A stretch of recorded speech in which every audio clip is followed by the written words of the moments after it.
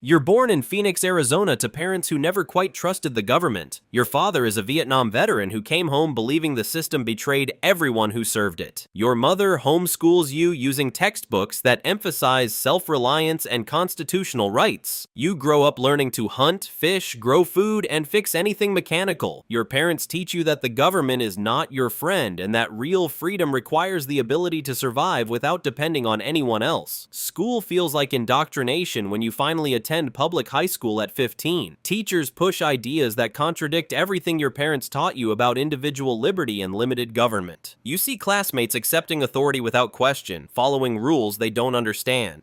Preparing for jobs in a system you've been taught to distrust. You graduate early and decide college isn't for people who value real education over institutional credentials. Your first serious trouble with law enforcement comes at 22. You're working construction and living in a trailer on rural land when ATF agents raid your property, claiming someone reported illegal weapons modifications. They find a small marijuana grow operation and several firearms your grandfather left you, including a shotgun that's technically 1 inch shorter than federal regulations allow. The charges seem minor, but they carry mandatory minimum sentences that could put you away for years. Your lawyer explains the system bluntly. Federal prosecutors want you to plead guilty to felony charges and accept 5 years in prison, or face trial with potential for 20 years if convicted on all counts. The evidence is strong, he says, and federal conviction rates are over 90%. Your choices are prison now or prison later, with the only variable being how long. That night, you make a decision that will define the rest of your life. You disappear. The initial escape is simpler than expected. You withdraw your savings in cash, abandon your truck at a bus station in Flagstaff, and disappear into the desert with a backpack and enough supplies to last 2 weeks. Your parents taught you survival skills, but using them while being hunted by federal agents is different from weekend camping trips. Every helicopter makes your heart race. Every distant engine sound could be pursuit. Then your first hideout is the abandoned mine shaft in the Sonoran Desert that you discovered while hiking as a teenager. It's deep enough to hide from aerial surveillance and far from any roads or trails. You have water, canned food, and camping gear, but you quickly realize that hiding in a hole won't work long term. You need income, shelter, and a way to obtain supplies without leaving traces the authorities can follow. The transformation begins with your identity. You grow a beard, lose 30 pounds from stress and poor nutrition, and alter your appearance as much as possible. Your driver's license and social security number are useless now. Using either would immediately alert law enforcement to your location. You need new identification that will allow you to work and rent housing without triggering background checks that reveal your fugitive status. Your new identity comes from Roberto, a day laborer who died in an industrial accident without any family to claim his body. His wallet was never recovered, meaning his identity documents are potentially available if you can figure out how to obtain them. Through careful research at public libraries and courthouse records, you piece together enough information about Roberto's life to assume his identity convincingly. Work comes through cash-only employers who don't ask questions about documentation. Construction crews need skilled workers and pay daily wages without paperwork. Restaurant kitchens hire anyone who can work 12-hour shifts for below minimum wage.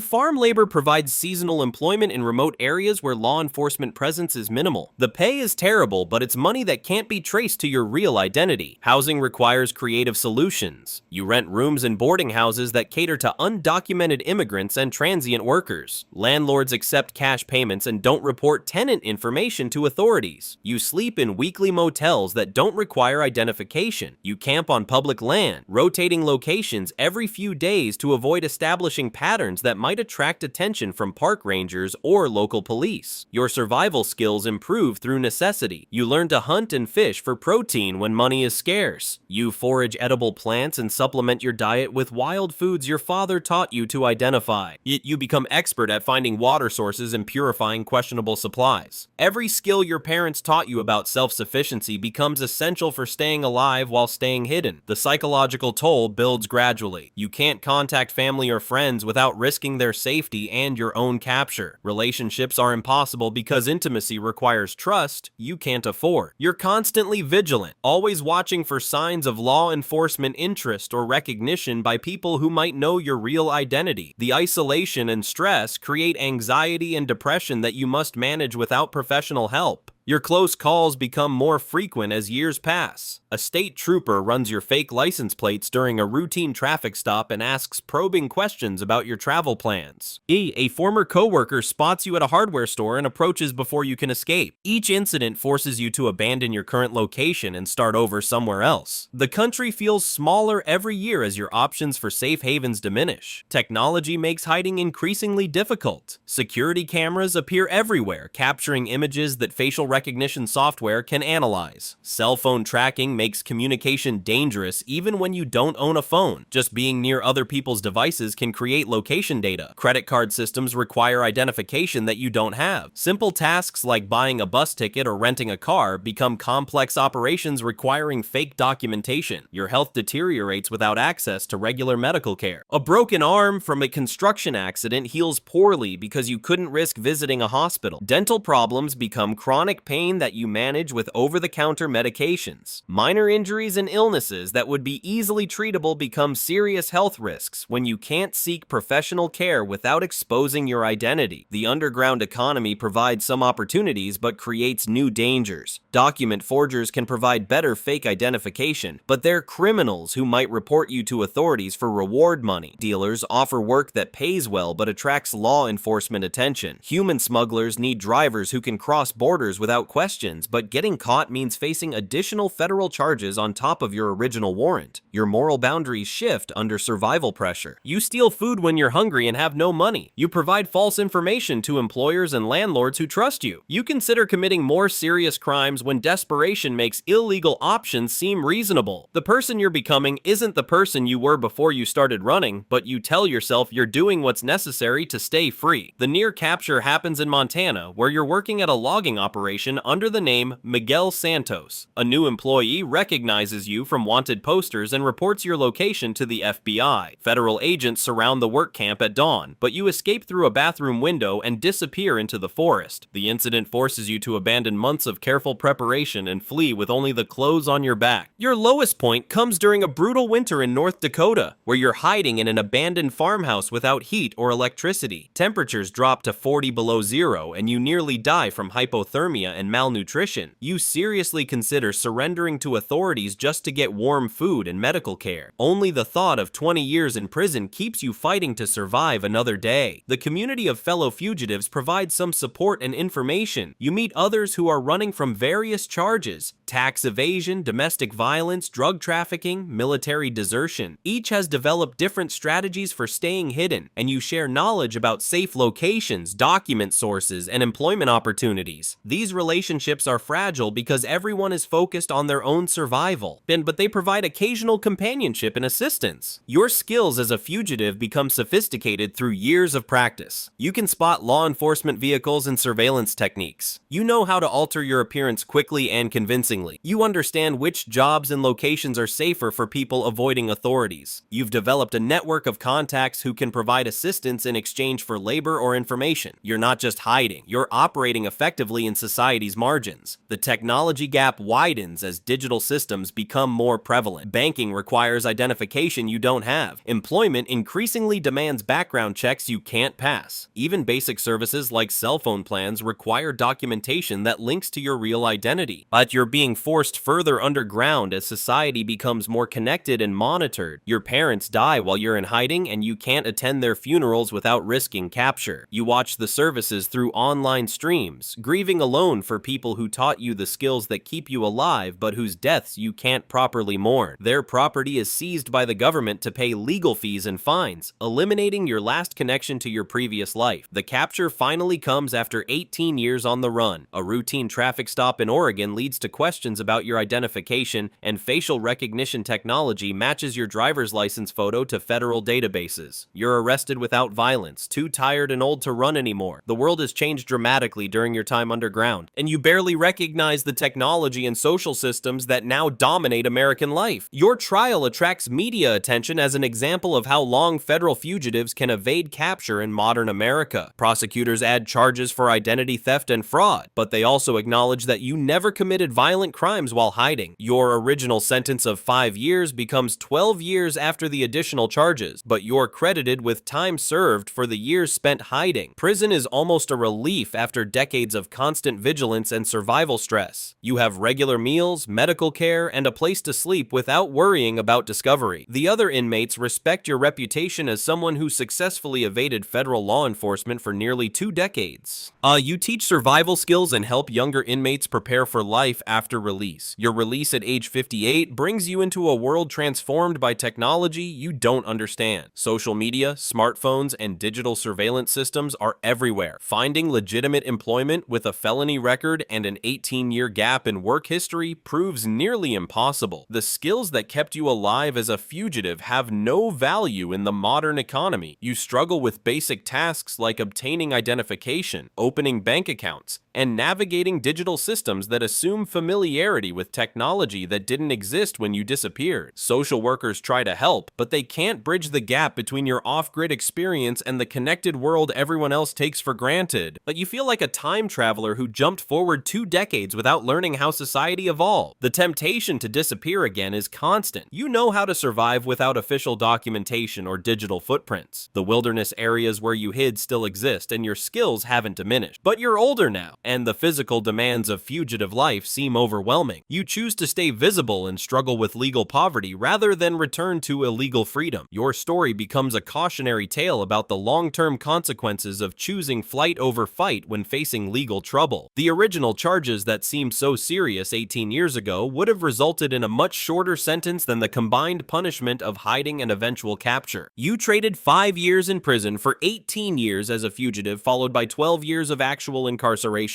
The friends you made in hiding remain scattered and anonymous, still living under assumed names in America's shadows. Some have been captured over the years. Others have probably died without anyone knowing their real identities. The underground community that sustained you continues existing, fed by new fugitives who think they can outsmart a system that never stops hunting. You die at age 71 in a subsidized apartment, alone except for a few people from the halfway house where you lived after prison. The obituary lists your real name for the first time in decades, describing you as a military veteran's son who spent most of his adult life evading federal authorities. And no mention is made of the survival skills you mastered or the community of outcasts who helped you stay free for 18 years. Somewhere right now, someone facing federal charges is considering whether to accept a plea bargain or flee into hiding. They're calculating the odds of successful escape against the consequences of capture. They believe they have better survival skills than previous fugitives and more knowledge about law enforcement techniques. They have no idea they're about to enter the same desperate existence that consumed the best years of your life. This story is fiction, but federal fugitives are real. The off-grid survival community is real. The technology that makes hiding increasingly difficult is real. And somewhere right now, someone is choosing freedom over justice. And not understanding that true freedom requires the courage to face consequences rather than spend a lifetime running from them.